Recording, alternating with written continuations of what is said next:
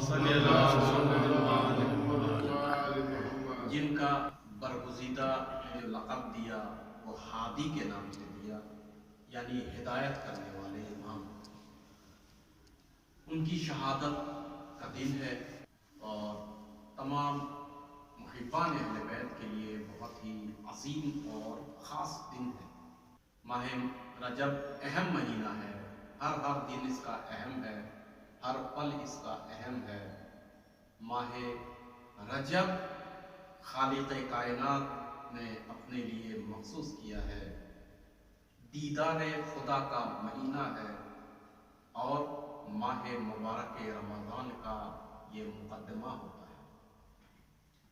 ماہ رجب میں عجیب فضیلتیں ہیں، انسان اگر بیان کرے تو اسی کے لیے اشرا درکار ہوتا ہے۔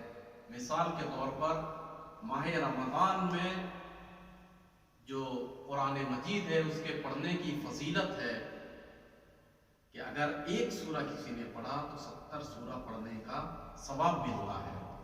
ماہ رجب بھی کسی سے کم نہیں ہے۔